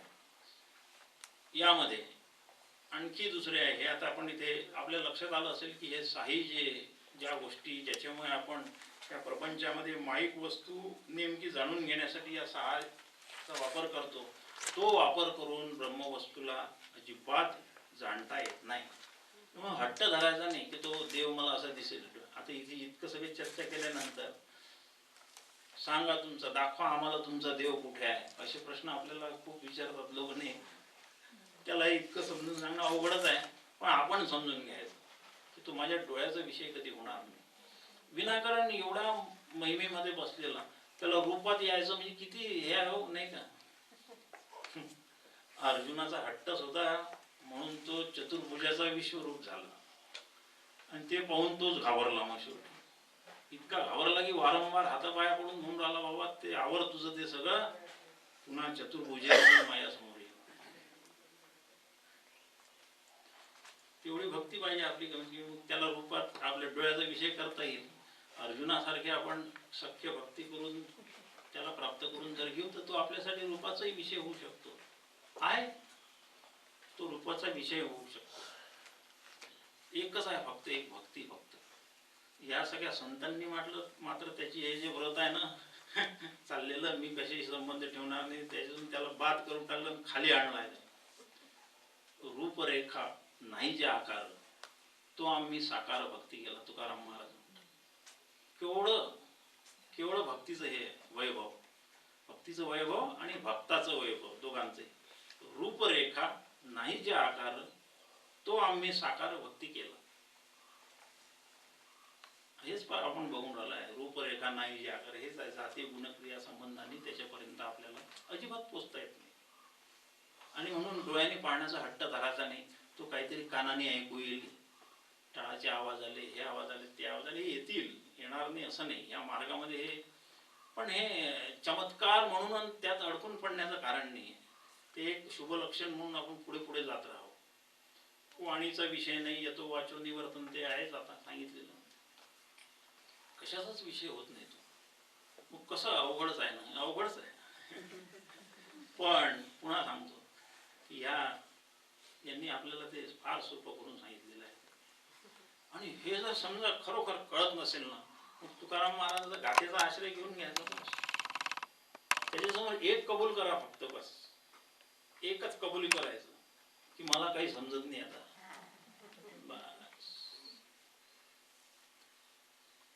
थोर व्युत्पत्ती आघवी विसरीजे, थोरपण पराची सांडीजे, जगा जाई धाकटे होईजे तरी जवळी कमाच्या. माझ्या 10-5 डिग्र्या त्याला रूपामध्ये आणण्यासाठी समर्थन नाही आहे व्यवहारात. माझ्या कोट्याधीश संपत्ती माझी त्याला नाही आणू शकत, सगळी दिली त्याला तरी नाही. भाजीच्या एका पानाने येऊ शकतो तो, जर ती भावना असेल तर. द्रौपदीच्या एका पानाने तो रूप धारण करून आला. माझं असलेली काही सामग्री कामात पडत नाही बिलकुल. जगा जाई धाकुटे होईजे तई जवळी कमाची, व्युत्पत्ती आघवी विसरीजे. व्यवहारातलं माझं सगळं जे काही स्तोम माजून ठेवलेलं आहे मी, ज्यामुळे मी मला मोठं केलं. बरं का, खूप हे विस्तार होत जातो विचारांचा. जगातल्या ज्या मी वास्तविक स्वतः इतका मोठा आहे की माझ्यापेक्षा जगात मोठी गोष्ट नाही आहे, हा सिद्धांत असताना मी मला मोठा व्यवहारात माझ्या पैशाने समजतो, माझ्या डिग्रीने समजतो, माझं सामाजिक प्रतिष्ठेने मी मोठा झालेलो असतो, माझ्या काही राजकीय हे असेल मला सन्मान प्रतिष्ठा, त्याने मी मोठा होतो. त्या गोष्टी मला मोठ्या करतात. म्हणून व्युत्पत्ती आगे विषयी काय जे असेल ते सगळं विसरून जाईल. थोरपण पराची सांडीचे. अभिमानाने अहंकाराने मी जर कुठे काही मला स्वतःला थोर समजत असेल ना, बाजूला टाकून द्यायचे, पराची सांडीचे. आणि जगाजही धाकुटे होईजे तई जवळ माझे. थोडासा अभिमान नाही चालत त्याला, थोडासाही नाही चालत. जेव्हा जेव्हा झाला ना तेव्हा खूप पुराणात उदाहरण आहे. त्यांची रवानगी केली त्यांनी ज्याच्याकडे करायची, ज्याच्याकडे करायची. उद्धवाला गोपीकडे पाठवलं, शुकाला जनकाकडे पाठवलं. काय उदाहरण आपण बघून घ्या. ती मुद्दा तिथे लक्षात ठेवायचा आहे की थोर पण पराजय नाही जमत. आपण हे बघत होतो की ह्या सगळ्या ज्या गोष्टी आहेत, ह्या सगळ्या गोष्टी मला व्यवहारामध्ये त्याच्यापर्यंत घेऊन जाणारा नाही. तो माझ्या डोळ्याचा विषय होणार नाही, तो माझ्या रूपाचा विषय होणार नाही, तो कानाचा विषय, तो स्पर्शाचा विषय होणार नाही. जेवढे माझ्याकडे ज्ञानेंद्रिय आहे त्या ज्ञानेंद्रियाच्या आकलनाच्या टप्प्यामध्ये तो बसत नाही. माझ्याकडे जेवढी सामग्री आहे सगळी पणाला लावली तरी त्याच्याबद्दल मला नेमकं काहीच करता येणार नाही. ही भावना ज्यावेळेस होते ना त्यावेळेस एक अंतःकरणात एक भाव उदयाला येतो, त्याला शरणागती म्हणतात. ती शरणागती असंच भावना करून घ्यावी. आणि मला खरोखरच काही येत नाही भगवंता, आता तूच सांग मी काय करू. संपलं, तूच सांग आता मी काय करू. आणि ह्याच्याकडे ह्यानी जर गेला ना, यालाच तर भक्ती म्हणतात. म्हणून आम्ही तो साकार भक्ती केला. सगळ्या संतांनी हा मार्ग अवलंबला आणि त्याला गेला. त्याचं अप्रमेयत्व जे आहे ना ते यांनी असं खोटं पाडलेलं ते सगळ्या संतांनी. पुढचा मुद्दा बघू आपण. हे जाती गुण क्रिया संबंध नाम आणि रूप यांनी विरहित असलेले हे ब्रह्मतत्व आहे. श्रुतींनी सुद्धा ते सिद्ध केलं आहे की ते तसं हे नाही आहे. ते जाणण्याचा विषय नाही आहे तुमचा. तो त्याला विनाकारण जाणून घेण्याच्या भानगडीत पडू नका. जाणून घ्यायला जाल, जे जाणलं जाईल तो ते नाही आहे असं त्यातला भाव लक्षात ठेवायचा. जे जाणून घ्याल, कारण जे जे जाणण्याचे विषय ते ज्ञेय, जे जे ज्ञेय ते सगळं इदम मध्ये दाखवलं. जे जे इदम ते मिथ्या. म्हणून आपल्या पदरात मिथ्या ज्ञानच पडेल, काहीच पडणार नाही. आणि म्हणून तशा प्रकारे त्याला झोंबायचं नाही आहे बिलकुल जवळ. तो तीन भेद विरहित आहे. दुसरा मुद्दा पाहू आपण पुन्हा. त्रिविध भेद विरहित.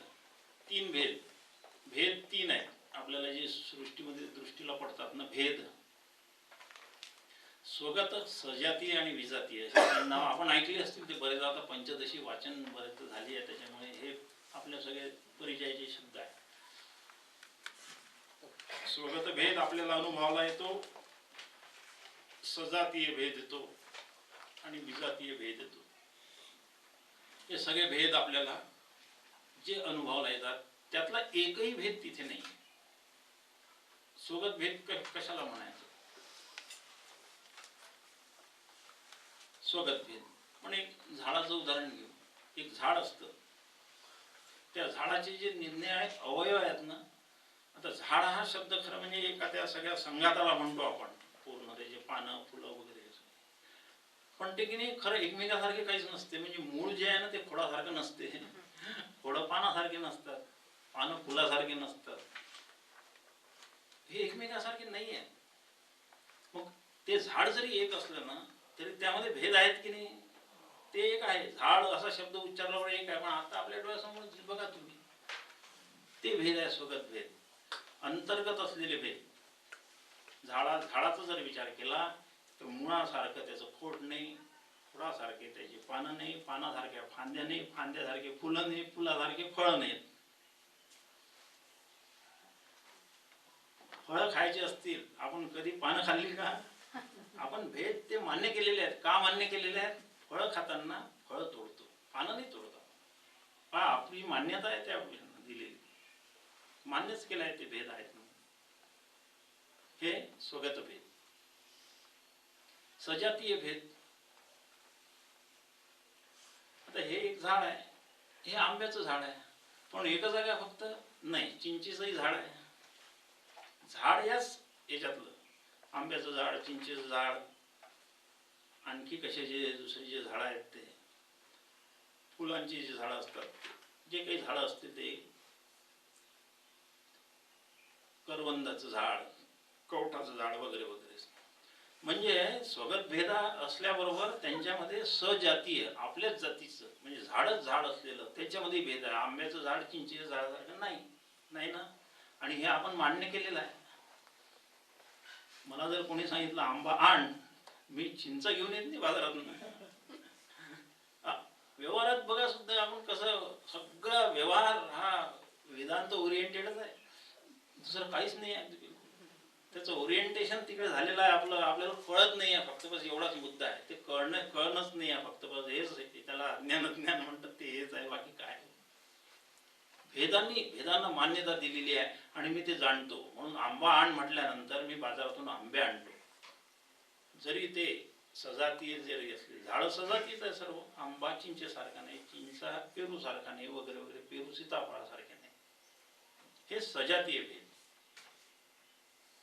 तिसरं विजातीय भेद. आता विजातीय मध्ये झाडाचेच उदाहरण बघितले आपण, पण फक्त झाडच आहे का? नाही. आपल्या सृष्टीमध्ये केवढी विविधता आहे. झाड आहे, डोंगर आहे, नद्या आहे, माणसं आहे, पशु पक्षी, तिर्यक योनी, किती फाट आहे बिलकुल. काय याच्याबद्दलचा विचार करणं फार अवघड आहे बिलकुल. क्षणभर बुद्धी आपली अत्यंत मोहित होऊन जाते, आपण विचार नाही करू शकत याचा. याला विजातीय भेद म्हणतात. झाड नदीसारखं नाही, नदी डोंगरासारखी नाही, डोंगर माणसासारखी नाही, माणसं माकडासारखी नाही, माकडं पशुसारखे नाही. हे भेद आहेत की नाही बरोबर? आणि हे मान्य आहेत आपल्याला, नाही का? आपल्या घरी माकडं आले की काडी घेऊन येतो आपण बाहेर त्यांना हाकलून देण्यासाठी. मी भेदाच्या मान्यतेची गोष्ट बोलतोय. त्यांना हाकलून देतो. माझा मित्र आला तर जाऊन फाटक उघडतो. भेदाला मान्यता दिली आहे मी. रिकॉग्निशन, हे रिकॉग्निशन आहे माझ्यातर्फे झालेलं. तसं मी जीवन जगतो आहे. फक्त तसं पाहत नाही त्यांच्याकडे कधी बिलकुल. ब्रह्मवस्तूमध्ये असे हे तीनही भेद नाहीत. सजातीय नाही, विजातीय नाही आणि स्वगत भेद सुद्धा नाही. भेदरहित अभेद दर्शनाचा खूप आग्रह धरलाय वेदांनी. म्हणून अभेद दर्शनात जावे. नेहनानास्ति किंचन, सगळ्या भेदांचा निषेध श्रुतीने करून दिलेला आहे. मनसई भेद मवाप्तव्यम नेहनानास्ति किंचन मृत्यू समृत्युं गच्छति य इह नानेव पश्यते. खूप गंभीर परिणाम आपल्या याला आणून दिलेला आहे. आपण ही जी चर्चा करतोय ना, ही साधी चर्चा नाही आहे. याचे जे गंभीर परिणाम आपल्या समोर जे श्रुतींनी ठेवलेले आहे वेदांनी, ते आपण समजून घ्यावा, हा उद्देश आहे.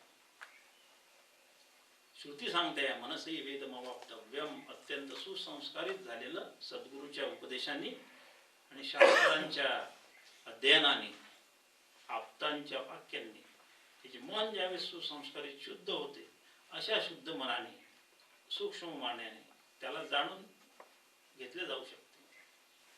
कारण नेहनानास्ति किंचन, या विश्वामध्ये नानात्व नाही, काहीच नाही आहे, नाना नाहीच आहे. न इह नाना अस्ति किंचन, किंचन म्हणजे जरा सुद्धा नाही आहे. जर भेद बघाल, वॉर्निंग आपल्यासाठी सगळ्यांसाठी, जर भेद सत्य मानाल आणि भेद बघाल, भेद रिकॉग्नाइज कराल, मान्यतेचा शिक्का जर द्याल, तर मृत्यू समृत्युं गच्छति य इह नानेव पश्यति. जो नानात्वाचं दर्शन करतो इथे, त्याची रवानगी एका मृत्यूकडून दुसऱ्या मृत्यूकडे होते. याचा अर्थ काय? सरळ एका मृत्यूकडून दुसऱ्या मृत्यूकडे, म्हणजे मृत्यूकडून दुसरे मृत्यू, ही मृत्यूची भाषा झाली.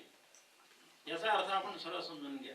दुसऱ्यांदा जर मला मृत्यू व्हायचा आहे तर जन्म घेणं भागच आहे, त्याच्याशिवाय मृत्यू होणार नाही. म्हणून जन्म आणि मरण, बस.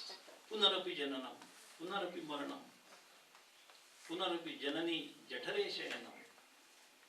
नानात्व दर्शनाचे हे गंभीर परिणाम आपल्या समोर श्रुतीने आणून ठेवलेले आहेत. नेह नानास्ति किंचन हे वाक्य आपल्या अंतःकरणात कायमचं करून ठेवायचं बिलकुल. ती वस्तू सर्व भेदरहित आहे हे समजून घ्यायचं. हा मुद्दा खूपच म्हणजे खूप सूक्ष्म मुद्दा आहे वेदांताचा, हो अगदी, जो आपल्याला आपण रोजच्या आचरणामध्ये ज्याची आठवण ठेवावी असा विद्या आहे. नानात्व दर्शन झालं ना परमात्म्याची आठवण करून घ्यायची, बस, बाकी काहीच नाही आहे. आपली शक्ती नाही आहे हे नानात्व तसं संपवून टाकण्याची, कोणाची असे. आपल्या अंगे तोडी माया जाळ, ऐसे तो बळ नाही कोणामध्ये तुकाराम, आहे का बळ आपल्यामध्ये? नाही. आपण अविद्येने ग्रस्त आहोत हे असं दर्शन होणारच आहे. त्याची स्मृती ठेवायची त्यावेळेस, म्हणजे या विविध दर्शनात. किंवा काय परमात्म्या तू असं किती रूपाने नटला आहेस, असं तरी कमीत कमी प्रत्येक ठिकाणी. आपण नानात्व हटवू शकत नाही, पण त्याला नानात्वात तर आणू शकतो की नाही. तो जरी एक असला तरी तो आहे ना, तो एकम बहुधा करोती. तो एकम जरी असला तरी बहुधा करोती, तो बहु झालेलाच आहे. एकोहम बहुश्याम, स्वतःच त्यांनी ते संकल्पच तसा घेतलेला आहे. आणि त्यामुळे हे नानात्व जे आहे हे असलं नानात्व याच्यामध्ये नाही. ब्रह्मवस्तूमध्ये हे तीनही भेद विरहित असलेली ही ब्रह्मवस्तू आहे. शेवटचा मुद्दा 2 मिनिटात बघू आपण आणि संपवूया. शेवटचा एक छोटासा मुद्दा आहे, तो कलंक रहित आहे. विशेष म्हणजे त्याच्या स्वरूपात कलंक नाही आहे. कलंक शब्दाचा अर्थ डाग असा आहे, अंजन, डाग, नाही का. डाग पडण्यासाठी ज्या स्वरूपाची वस्तू असते त्याच्या काहीतरी वेगळ्या याची वस्तू लागेल, नाही का. आपला पांढरा स्वच्छ शर्ट आहे, त्याच्यावर काहीतरी काजळाचा डाग पडला, माझा पांढरा शर्ट कलंकित झाला असा त्याचा अर्थ म्हणावा. आपण असं समजून घ्यायचं. दोन वस्तू शुद्ध जरी असल्या ना, लक्षात ठेवायचं, दोन वस्तू शुद्ध जरी असल्या ना, त्या एकमेकाच्या संपर्कात आल्या त्या कलंकितच होतात. शुद्ध असल्या तरी असं समजायचं नाही बिलकुल, त्या कलंकित होतातच बिलकुल. शास्त्राने सांगितलंय. म्हणून कलंक म्हणजे दोन वस्तूंचा संपर्क होणे. मग भलाही शुद्ध असू द्या ना शुद्ध असू द्या, अशुद्ध तर करतातच, ते तर करतातच अगदी, बिलकुल काही वादच नाही.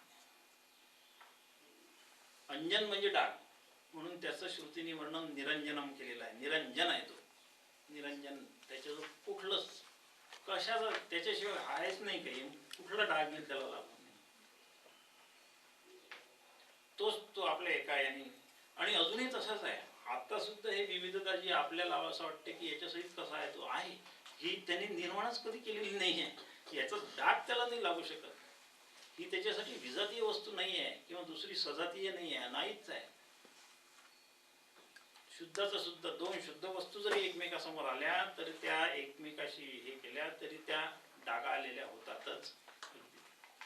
आणि असं हे ब्रह्मवस्तू निरंजन आहे, त्याच्यामध्ये डाग नाही. पण काय काय बघितलं एका मिनिटात आता सार रूपाने बघून घेऊ. ब्रह्माचं अप्रमेयत्व जे आहे ते आहे. ब्रह्मवस्तू काय ही बघितली. ब्रह्मवस्तू नाम रूप जाती गुणक्रिया संबंध रहित आहे, त्रिविध भेद रहित आहे, कलंक रहित आहे.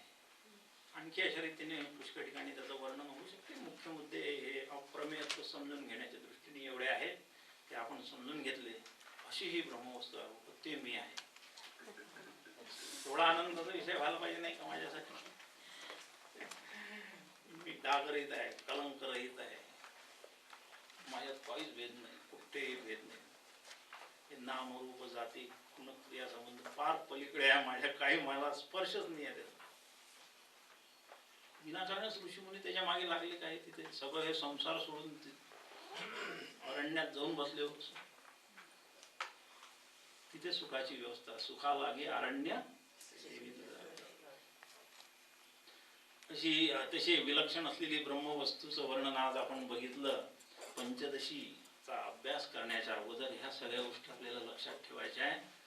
खूप सध्या मंदतेचे आभारच मानायला पाहिजे आपण. खूपच विलक्षण हे पुस्तिका तयार करताना हे आता पंचदशीचा ह्याच्याशी आपण म्हणाल काही संबंध आहे का, पण संबंध कसा आहे व्यवस्थित आपण आत्ताच बघितला आहे. संबंध आहेच आहे, हे जाणल्याशिवाय ते कळत नाही. ते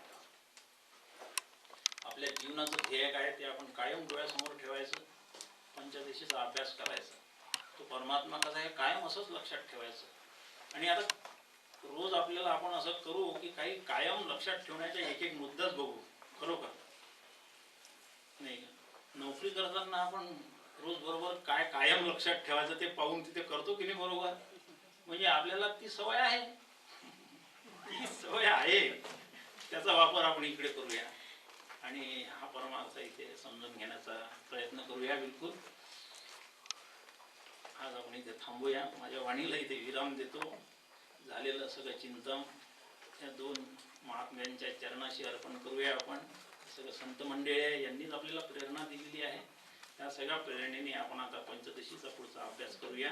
कुंडलिक वरदा हरी विठ्ठल श्री ज्ञानदेव तुकाराम सद्गुरुनाथ महाराज की जय. जय जय रघुवीर समर्थ.